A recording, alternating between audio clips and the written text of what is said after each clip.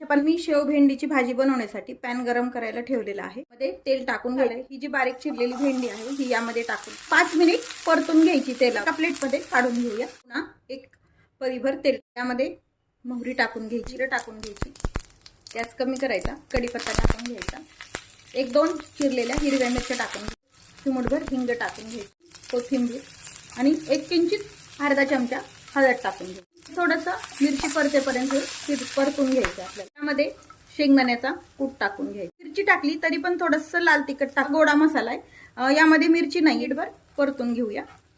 Fry करून घेतलेली भेंडी आहे ही यामध्ये टाकून घ्यायची. मसाला आणि भेंडी छान मिक्स करून घ्यायची. परत चवीपुरतं मीठ ऍड करायचं.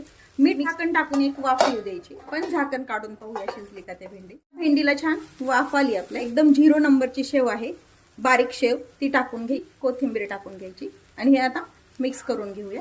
जर आहे आपली शेव भेंडी.